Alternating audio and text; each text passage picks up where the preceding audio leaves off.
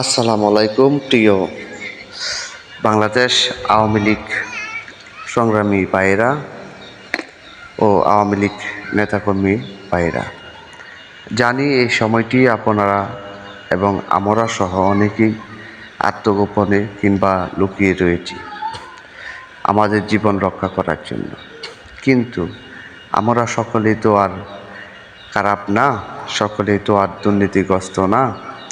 আমাদের মাধ্যমে অনেক পরিমাণ মেধা থেকে শুরু করে ভালো মানুষ রয়েছে। আমাদের বর্তমান সময়ে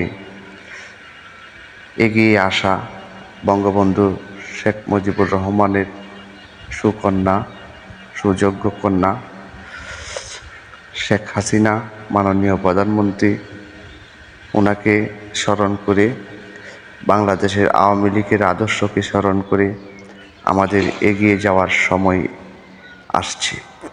আমরা সকলে প্রস্তুত হই, সামনে আমাদের আসছে শুভ দিন। ইনশাআল্লাহ জয় হবে, জয় বাংলা।